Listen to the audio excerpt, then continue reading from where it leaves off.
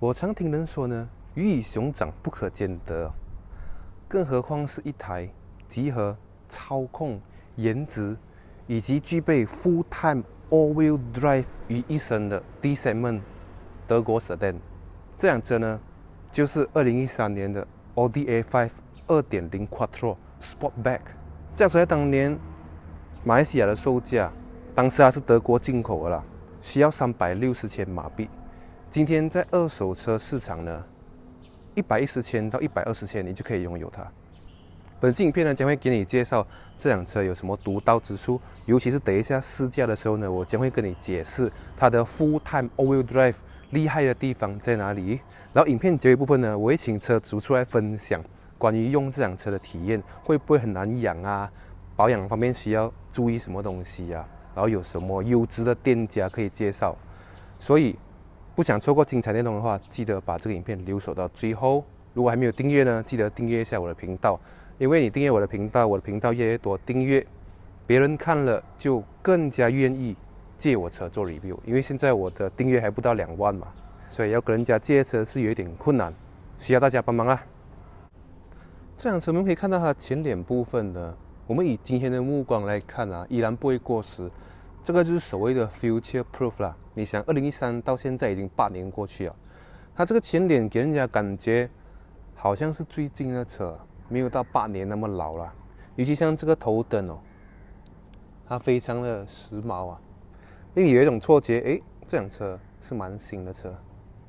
因为头灯对一辆车是非常重要的。一辆车它衰老的开始是在它的头灯。如果你看到一辆车的头灯可能黄啊，可能设计过时啊，你就会感觉那辆车已经老了。然后你可以看到奥迪的车哦，它前面有一个像钻石这样子的 shape。上次我介绍过了，奥迪 A6 也是有讲到这个 shape 啦。这个 shape 就是奥迪的标志性家族设计语言啦。所以它是可以经得起岁月的洗礼的。你看，非常的时髦。这辆车其实它就是 A5 Coupe 的4门版，它叫 Sportback 嘛。可以看它后面这边，它整个斜下去，然后屁股又很小，看起来就非常的运动化，比较年轻啦，不会那么过时啊。这个 rim 呢是原装奥迪的 rim 来的，车主把它弄黑。我觉得这样子的改装是非常的明智的，因为呢原装的 rim 其实 quality 是很好的。尤其这种德国车，它的 rim 啊，它的造工那些肯定是胜过那些市面上的便宜 rim 的。如果你要改装 rim 呢，你就去到最贵的那种 Forged 的锻造的 rim， 那种 rim 就是一个铁条，然后把它压成 rim 的形状，那种 rim 就又坚固又比较轻，操控性更好。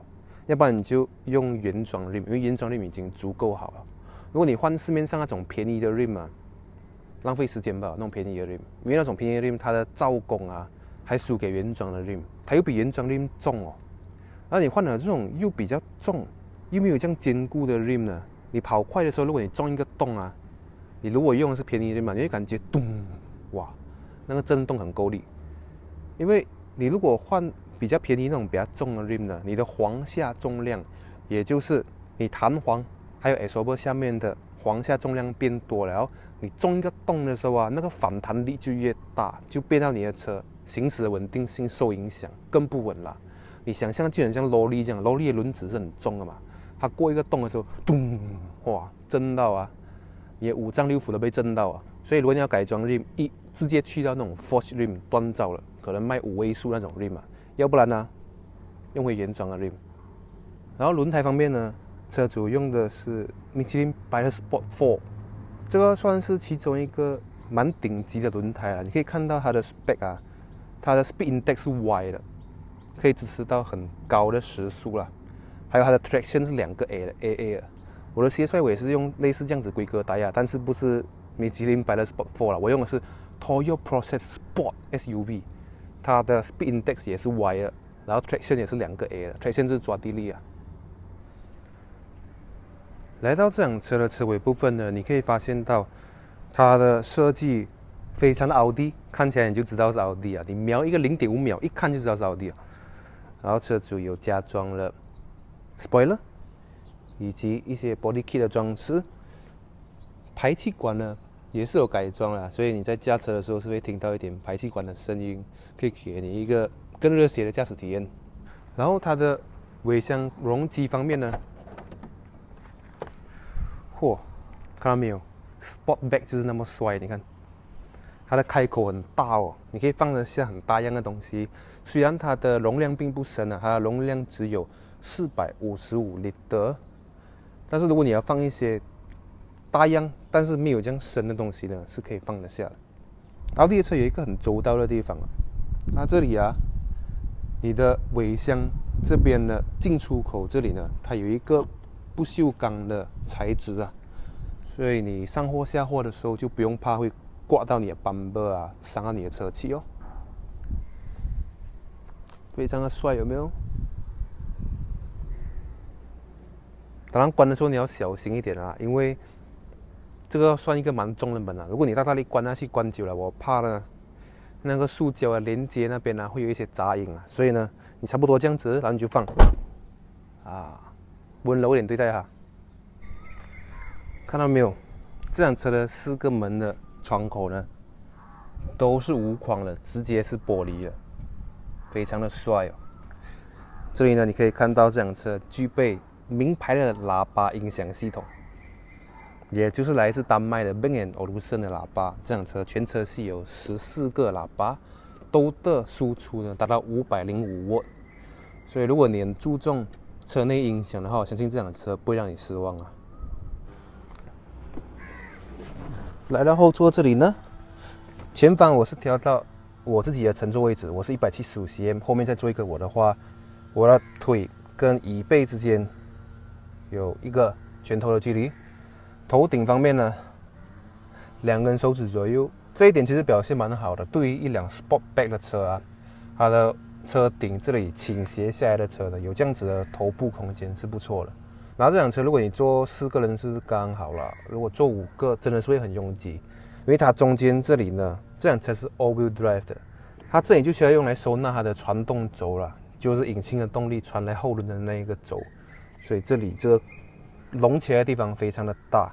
后面这里有冷气锤，这里呢，这个设计啊，跟我之前 review 的奥迪 A6 Hybrid 有一点像，你按一下呢，它就会出杯垫出来，哇，这个真的是很贴心哦。然后呢，你的急救包就在这里哦。奥迪啊，很明显啊，奥迪设计到这样子啊，是不鼓励你中间这个位置拿来载人的，而且也很辛苦啦，这个隆起的地方这样搞，很明显。然后这辆车在安全方面呢，它虽然没有今天很流行的那些主动式刹车啊、盲点侦测啊、路线维持系统这些它都没有，但是呢，它有8个安全气囊啊。8个安全气囊呢，摆在今天来看呢，还是蛮不错的，因为现在很多车都只有6颗安全气囊嘛，这辆车有8个安全气囊。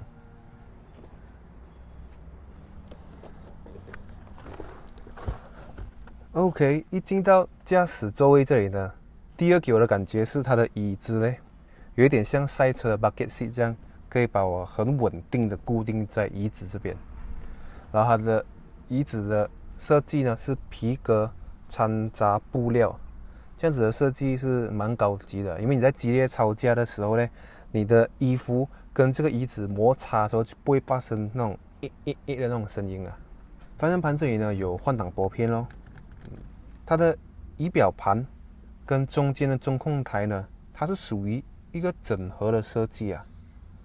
这东西也是看起来不会过时的，因为今天很多豪华车也是采用这样子的设计，你看起来就这个中控台跟仪表盘是一体的。它的灯呢也是属于那种不会刺眼的，因为很多车啊，你一开是嘛，你看住它那个灯，你会感觉很刺眼，它这个不会刺眼的，好像是斜斜照下来，你要翻阅一些文件啊，很好哦。它后面的灯也是这样子的，所以后面的乘客也是可以在暗的时候啊开灯翻阅一些文件。然后欧洲车我很喜欢的一点就是呢，它的那个 brake pad 啊，踩 brake 的那一片东西很大片啊，我就感觉大片踩 brake 的感觉比较好比较好控制，不知道是不是错觉啦。它的 infotainment 这里呢，中间这里它虽然不能够 touchscreen， 但是它可以用中间这边来控制啊。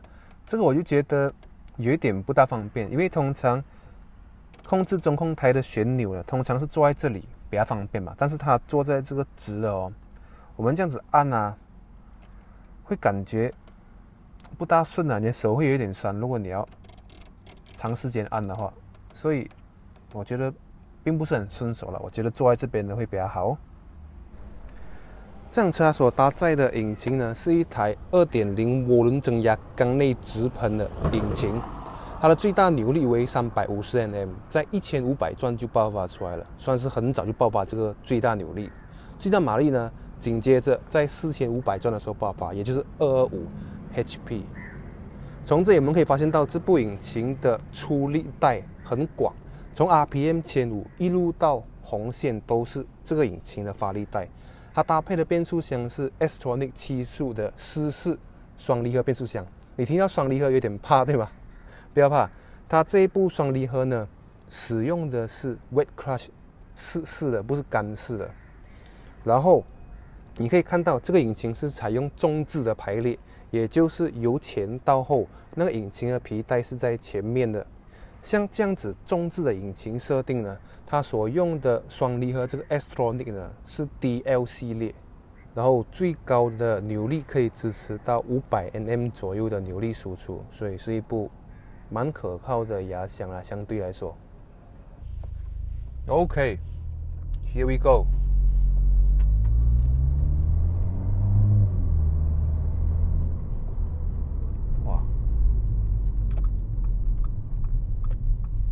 蛮爽一下换压感觉，不，它虽然是 DSG， 但是我开起来这辆车啊，我有一些短暂的试驾，该从车主的家来这个大陆，我感觉它是 Volkswagen DSG 的加强版哦，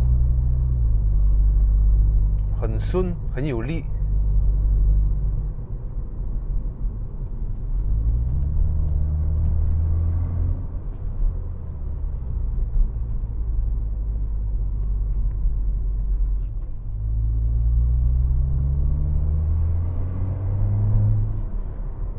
感觉油门反应有一点慢，有一点点 lag 的感觉，有可能是我的 Drive Mode 驾驶模式这里呢选择到 Comfort 啊。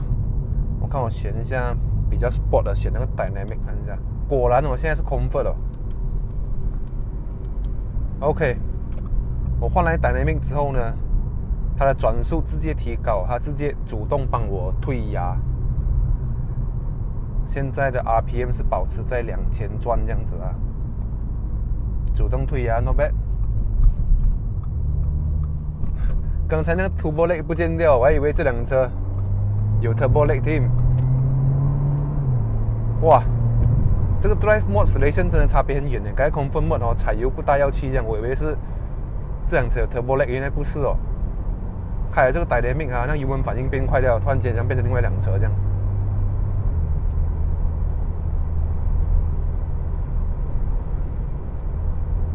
熟悉的巴西古当 Highway。Come on, baby. Whoops. 哇，我踩 brake 哦，它主动帮我退压嘞，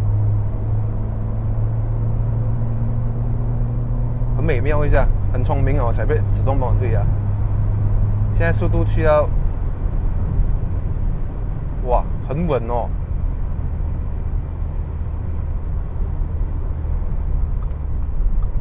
很稳，很稳。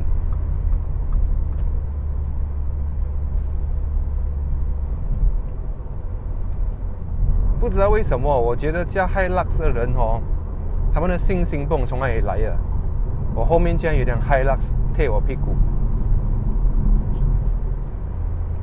他们就跟跳蚤一样，非常的勇敢。你想一下，跳蚤跳进你的头的时候是需要多大的勇气？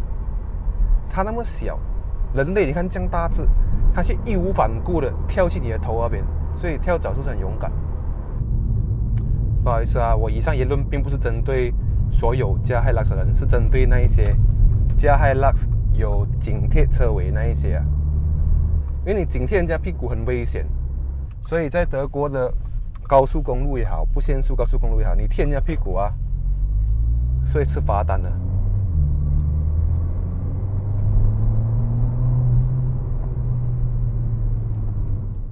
这辆车的回头率很高，我发现到我在红绿灯前面那些经过的车还有这些对面的车都会偷瞄我几眼很引人注目啊！我是希望如果有机会，我可以加一下那个 A7 A7 也是一个 Sportback。这个 Dynamic Drive Mode 真的是把这辆车真本性流露出来了。我一踩 brake， 它主动退压就好像这个压箱就好像交给一个很热血的赛车手帮我控制这样。我一踩 brake 它就退压，boom boom boom， 哎呦，这个 DSG 真的是蛮爽的，很巧妙。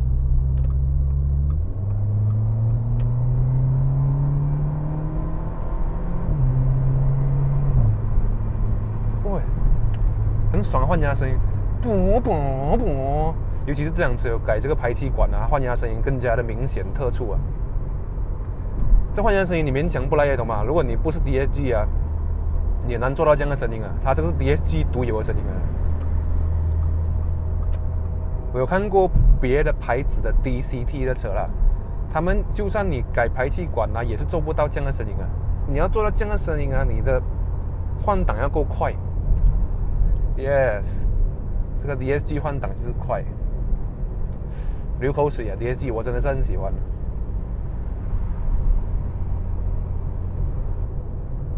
然后这辆车的 All-Wheel Drive 系统刚才我跟你讲了，我要跟你讲一个 boring 的东西其实奥迪的独门科技就是 Quattro， 它的核心科技也就是所谓的全时四轮驱动系统。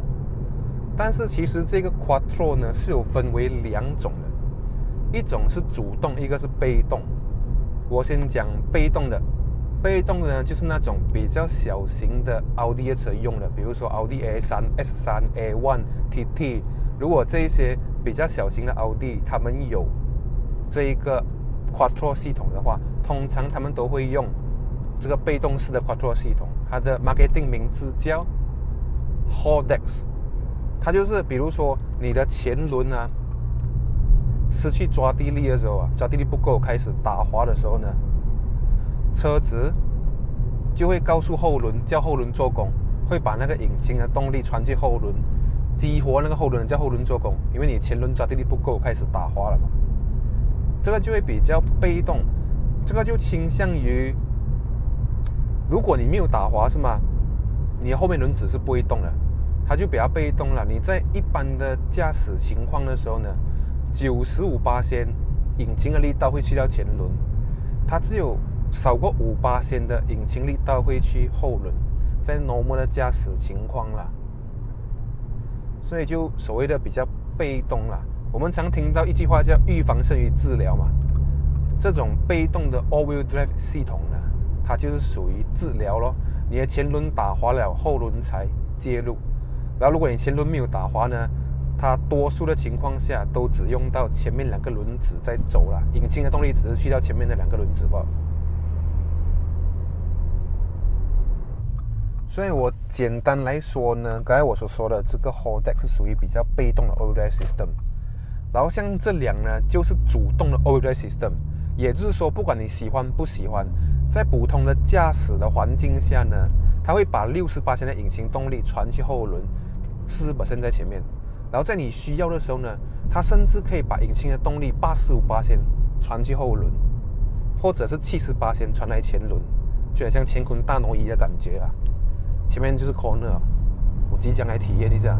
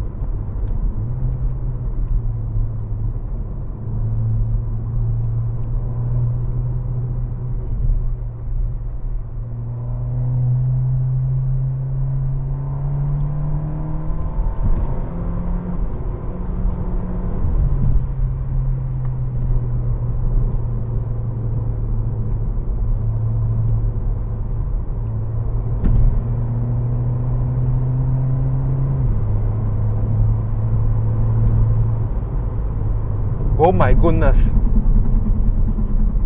该 corner 的时候，我鸡皮疙瘩都出来了啊！这个是一个震撼，你知道吗 ？Oh my goodness！